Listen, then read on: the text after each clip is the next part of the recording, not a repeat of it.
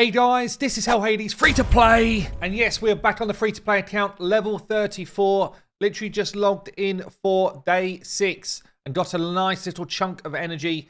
These 500 energy boosts are massive when you're playing on the free to play. It really helps you get through some more content. So let me give you a bit of an update of what I've done since I last did a video. And then today I'm going to focus on how do I level food? What's my kind of approach to it? Because really 90% of what you're doing should be about food leveling. You need to get your main champion, your starter champion, up to 6-star as quickly as you can. So it should be your main focus. The other thing which I've been doing is cruising through some missions. So missions I've just kind of been pushing some energy into. I'm trying to get myself to the point where it's gain 50 classic arena medals, because that's going to be a bit of a longer one. So the quicker I can get there and get going on it, the better. You see I already picked up my 300 gems. So get me out of the way a second. 300 gems, I picked it up yesterday, pretty easy. So I've already done masteries on Gaelic. I got 500 gems cruising right there. And I've already opened up the gem mine. Now I was wondering to myself, should I do 2 lots of masteries and then the gem mine? I've decided to go for 1 lot of masteries and then the gem mine, because the gem mine will just pay you back over time. Once you've hit that level 3, it takes about 150 odd days to pay back all of the gems you invested. But I'm going to be playing this game for longer than that, so it makes complete sense to do it.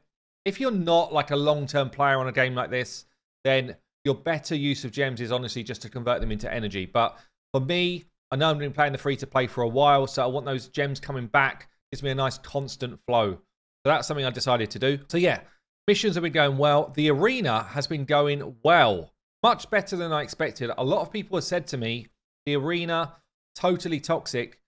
I've got myself into Silver 2. I've been in Silver 3, but I've come back down again. See, I've got 50 medals just waiting there to be used. I've not even built an arena team, honestly. I've really not built a team for arena yet. I've just put the champions I've got with the most stats. Now, the biggest issue you've got in this game is the way they calculate who your opponents should be. And the main thing they do is they look at your player power, which is made up of your champions. It's made up of your artifacts. They're the main 2, really.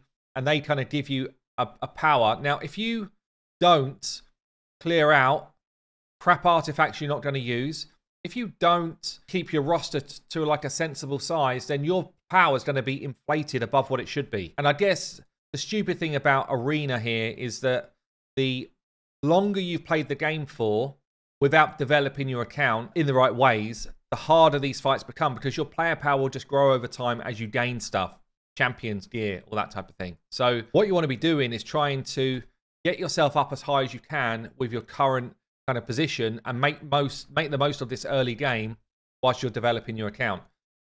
And you notice here, it's not like I'm one-shotting everyone or that type of stuff, but I've got a shield set, which is the shield set I picked up from missions on my A tour, and then really I'm just reliant on Gaelic to get his abilities back and just nuke stuff.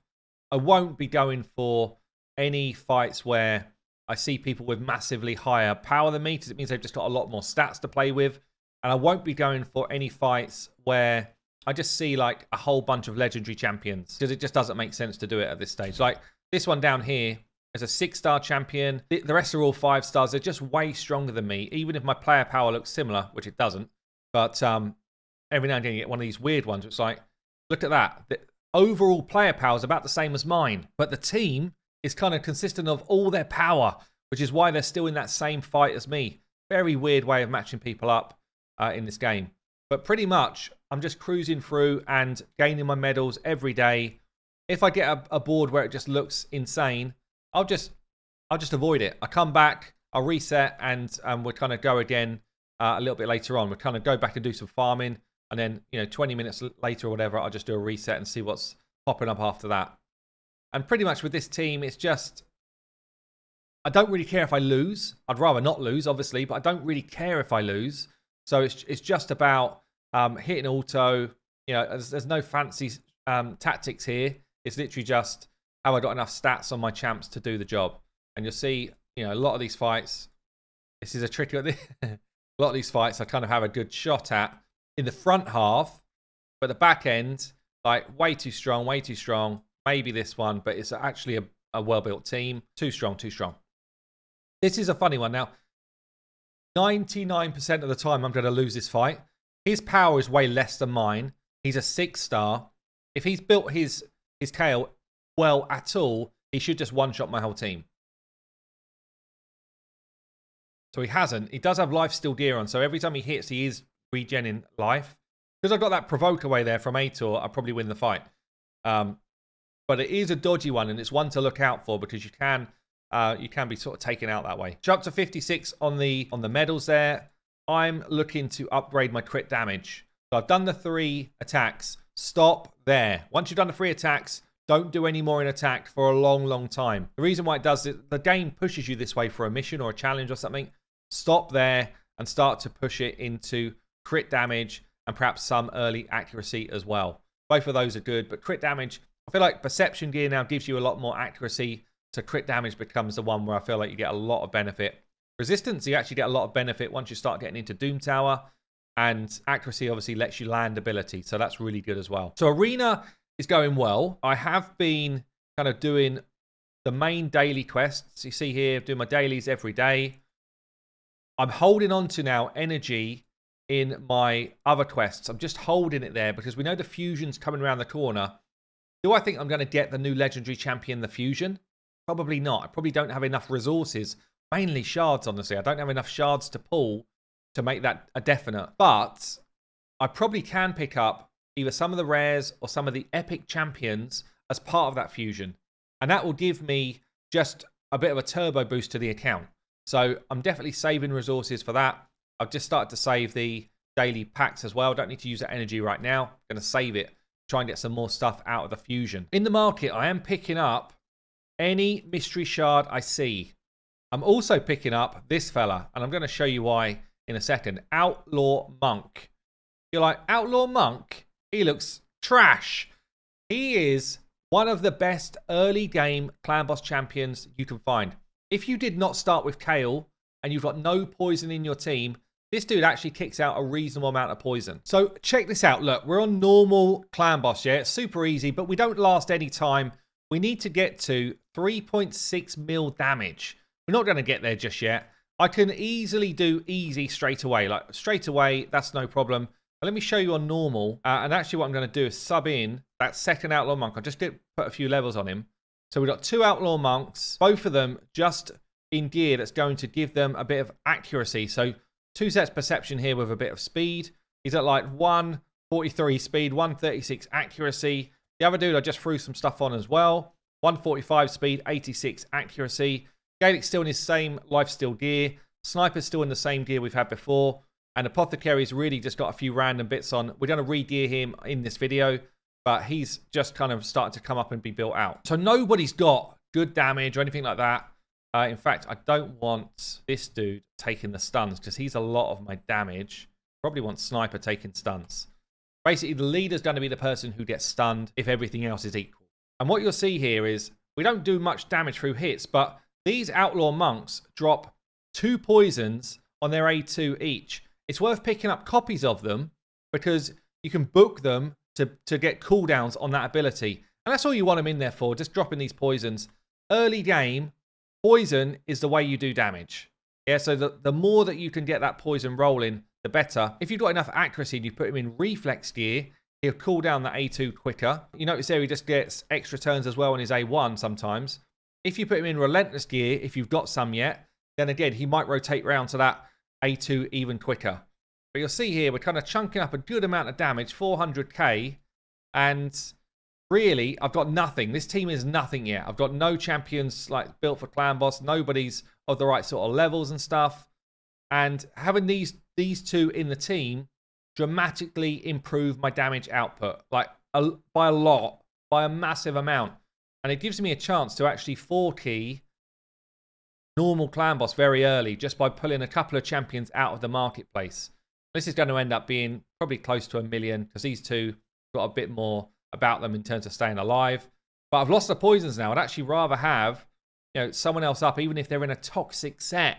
Toxic set would give me more damage than what these do right now. So, but you can see we do a bit of damage. We kind of stay alive.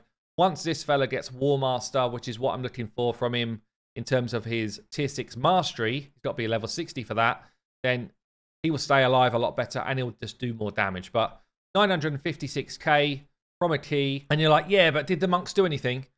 384,000 of that was this dude. He stayed alive for about 30 seconds or something. And this dude, 246, because I've literally just leveled him and he hasn't got enough defensive stats. When he's level 40, he'll do similar to this dude. And then you've got another sort of 100k in the bag. So real good tip. Poison for early game clan boss will save you a load of stress. Okay then, so let's talk about food. How do we level up champions early on? How do we get to our level 6 Gaelic or whoever your starter champion was as soon as possible? What are we doing? First thing we do is we're not afraid to pull mystery shards. Keep yourself plenty of food to farm up. Okay, so keep that pool of champions available. Make sure, you might get some good rares in here as well, by the way, that can kind of help you out. But generally what you're looking to do is to take people up to 5-star that you don't want to keep. And if you look at someone here, Sniper is not bad, but she'll be gone before too long. Aitor will be gone. He's going to get leveled up and kicked out. Someone like an Apothecary is a keeper, therefore he's not being moved up to 5-star yet. He'll be kind of held in the wings. This dude, Gore Mask, gonna be gone, so I'm gonna 5-star him before long as well. And then what I'm doing is I'm just kind of maxing out a bunch of 30s, maxing out a bunch of 20s, and then I'm just upgrading them. Simple stuff, but that's what we're doing. We're just kind of rotating them through and up in their level. When we get a load of mystery shards pulled, anyone that is a 1-star does not go into campaign with me ever.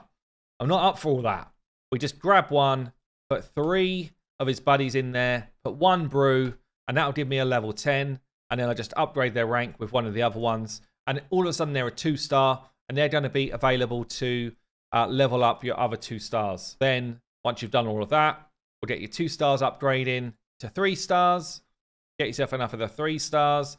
And you're upgrading your 3 stars to 4. Yeah, simple stuff. But only upgrade the people that you're not going to be keeping at this point. Because you really want to get to 6-star in this guy. Yeah, and it's hard if you just end up getting a load of level 5s that you actually want to keep. Also, you'll see I've got a few of the same rares. This is a farmable rare. She's actually quite a good one, but farmable rare that I've been gaining from campaign, and I'll show you where I farm campaign. So is this one. Yeah, so they're going to go in as food because I could get more of them if I want them. Yeah, they're farmable. So now we upgrade this guy like this, or maybe I'm going to do Aitor actually because he's more useful to me at the moment in that arena stuff than the other guy. So Aitor, although I'm not keeping him, I will get him up as 5-star. I will put a few levels into him so that he can help me still in the arena, but he will be gone. Yeah, he's going to go. So I've now got 2 5-stars.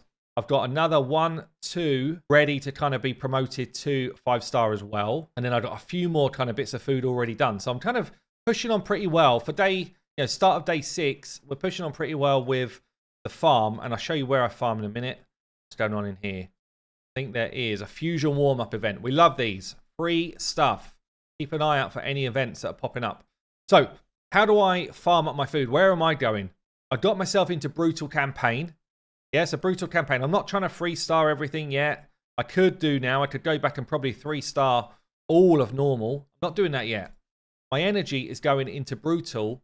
And I've hit a bit of a roadblock here in the Deadlands. I could probably just about progress, but I don't need to. There's nothing pushing me to do that. Maybe a few extra cool gems down there, but nothing's really pushing me. So what I'm doing is I'm farming actual gear that I will keep, at least short term. So I'm coming to Palace of Aravia and I'm just beating up the boss over and over again with food. Gaelic does this on his own. I don't need anyone else in the mix with me.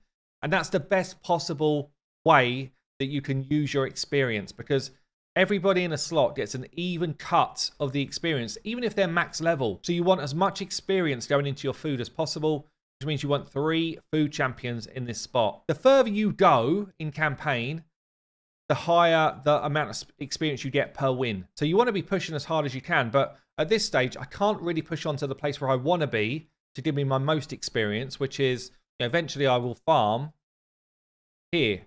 Level 12, stage 3. I get a good mixture of experience and silver. But for now, I'm farming here because the boss can drop rare items, blue items. The boss can drop up to 5-star items as well. So I'm actually farming gear that I might be able to use. And let me show you an example of it. So if I look into my inventory now and we look at speed gear. So look here. we have got a weapon from campaign, speed and accuracy on it. And then I've got other like 5-star pieces that I can just roll up for any old person. I've got a helm, speed and defense % on it. So we just upgrade this and see if we can get ourselves some extra speed rolls. Eventually, my fastest stuff is going to go on Apothecary, and Apothecary is going to be my speed booster in the arena. Beautiful. Just give me one more of those. One more of those, please. That's what we're after. Speed rolls on speed sets get you moving in the arena. And that's what you need to do. You need to get punching on. Oh, it's beautiful. It's beautiful. I've even got a speed glyph. It's going straight on it. That's going to be Apothecary's new toy. That's going on it as well. When you find something like this as well, which is decent, roll it up to 12 or whatever. You know, maybe wait for an artifact event, but don't just leave it as 8. It's a good piece. You know, what else have we got? A few extra little bits and pieces. I'm going to clear out all of the 3-star stuff so that my player power doesn't get inflated and then my arena hits don't get worse. And same sort of thing, pretty much across the board. I'm just looking for good substats that have popped up on any of these pieces.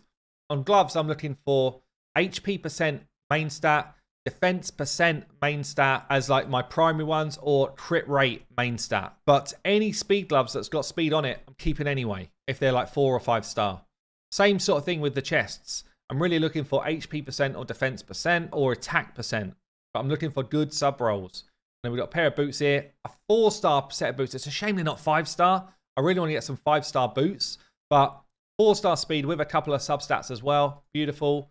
And you'll see I'm actually picking up quite a lot of speed boots already, just from campaign.